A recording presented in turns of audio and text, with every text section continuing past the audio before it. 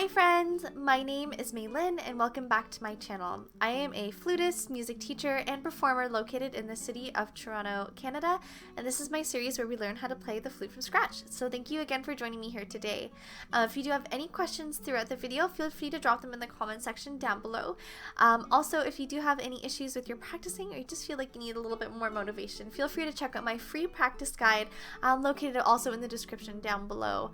And in this video today, we'll be learning about staccato. So it's a different type of articulation, and that's going to be it for today. So thank you so much for joining me here, and let's just get started. As per usual, we're going through the Trevor Y book, Beginner's Book for Flute, Part 1. And today we're going to be starting on page 19. So I'm going to put up what Mr. Y wrote right over here. So this is regarding staccatos. A dot under or over a note means it should be played shorter than its written length, or staccato. Don't stop the notes with the tongue.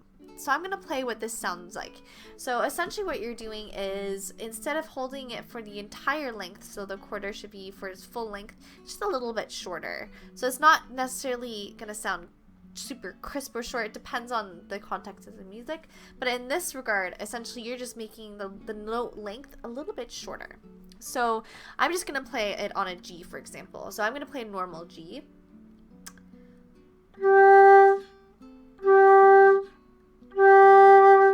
So that's like a normal G. And if I were to play it staccato,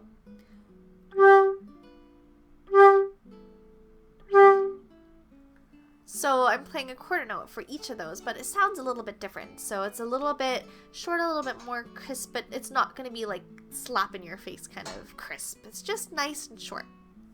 Okay, so let's take a look at the first exercise here. So this is the staccato exercise. All right, so I'm going to put it up right over here.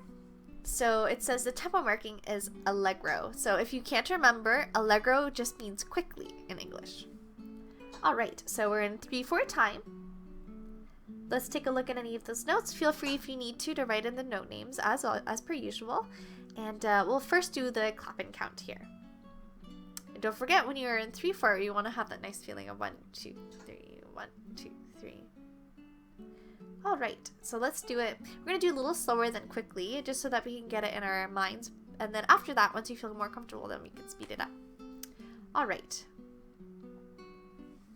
So 1, 2, 3, 1, 2, 3, 1, 2, 3, 1, 2, 3, 1, 2, 3, 1, 2, 3, 1, 2, 3, 1, 2, 3, 1, 2, 3, 1, 2, 3. All right. So what I'm going to do is I'm going to play it for you at that tempo. If you want to take it slower, of course, feel free to take it slower. And then as you get more comfortable with it, then you can pick up the tempo. All right. So 1, 2, 3, 1, 2, 3.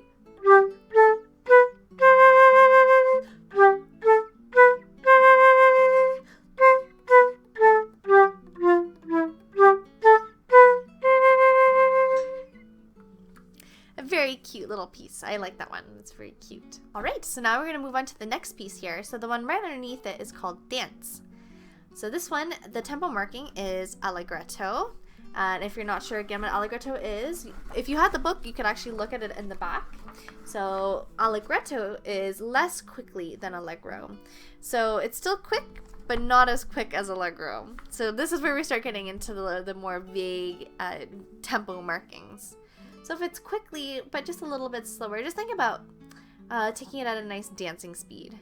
Since it's called dance, why not? So let's take a look at this one. So this one, there's lots of stuff written on the page here. I see lots of different dots. So let's take a look right at the beginning. So we have our time signatures in 4/4. So that means 4 quarter notes per every single bar. We have, right after that is the repeat. So you can see those first 2 dots in the first, in the second and the third line. And of course, if you look at the end of the piece, you can see the other dots. So that's your bracket there. So you're repeating it just twice. So once through and then the second time, all the way from the beginning. We have staccatos over almost all of the quarter notes here. There's just 2 quarter notes on the second last bar where we're slurring them.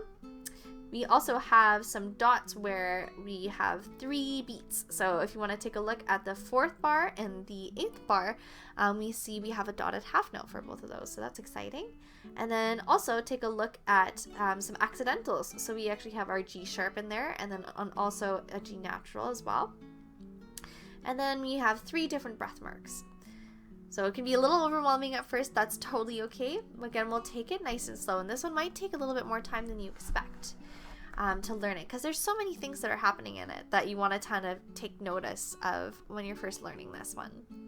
All right, so feel free to do, again, writing in any of the note names.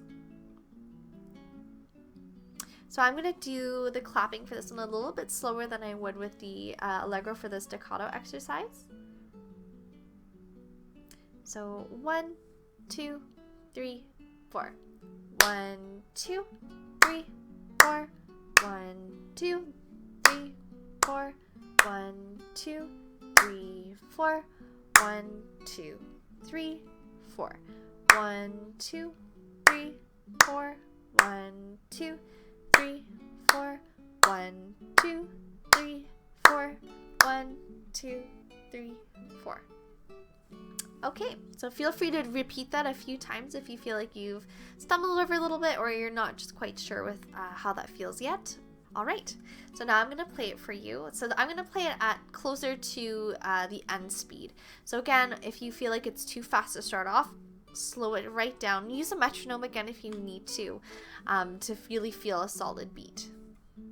So 1, 2, 3, 4.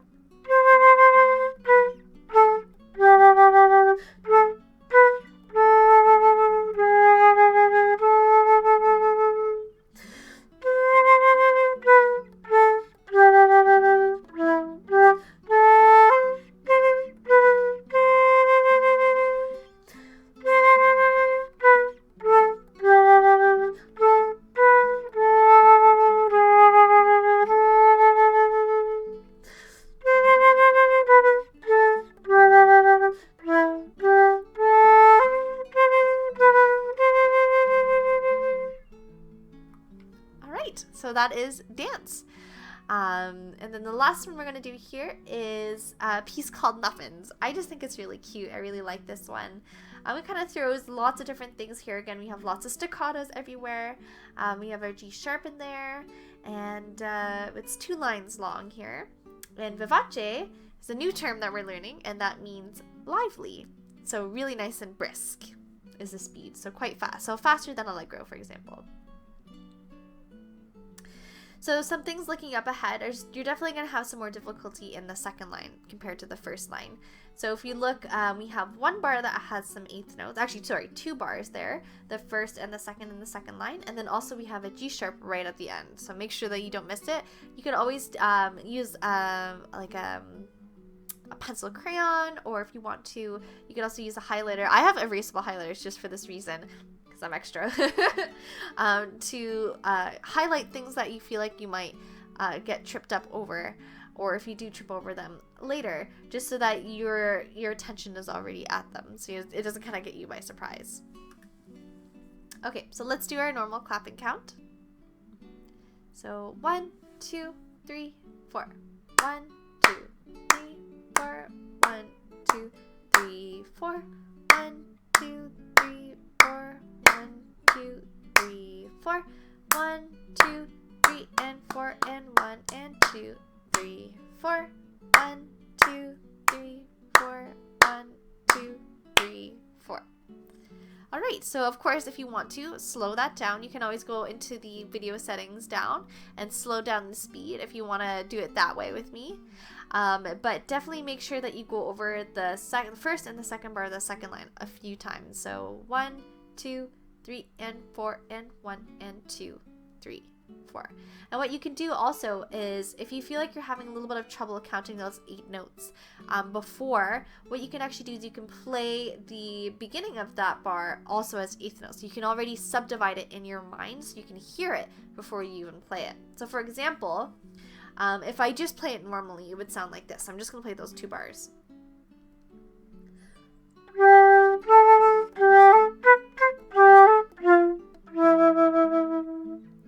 But if you want to get subdividing before you get to those eighth notes, what you can do is you can actually play the quarter notes as eighth notes. So it would be 2 eighth notes for each of those quarter notes, right? So it would be...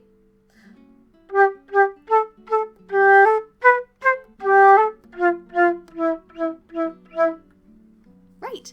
So when you're doing that, you can actually start to internalize the feeling of those eighth notes. You can also do that with the very beginning of the piece as well. So if you want, you can do it right from the very beginning, or you can even just do it a bar or two before that the entrance comes in, just so you can again feel what those eighth notes are before you actually play it. Okay. So I'm going to play the entire piece for you here at about the concert tempo. And again, take it slow. Take your time. Don't feel like you're rushing. You need to rush to get to playing it exactly like this right away. So 1, 2, 3, 4.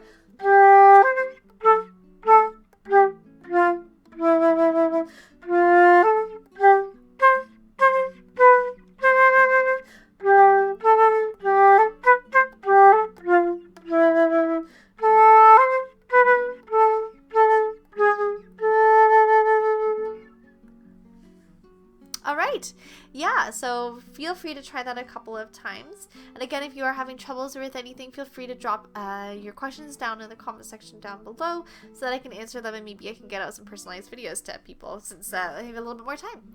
So thank you again for joining me here today. In the next video, we're actually going to be doing something completely different. So in the next video, we're actually going to be focusing on tips with making good sound, a good, nice tone. So if you are feeling like you're not having the tone that you want, definitely check in for next week's video. It's going to be really, really great. So if you have any questions, drop them in the comment section down below. Also, if you have issues practicing, feel free to get my free practice guide, also linked in the description. And otherwise, that's it for today. So thank you so much, and happy fluting!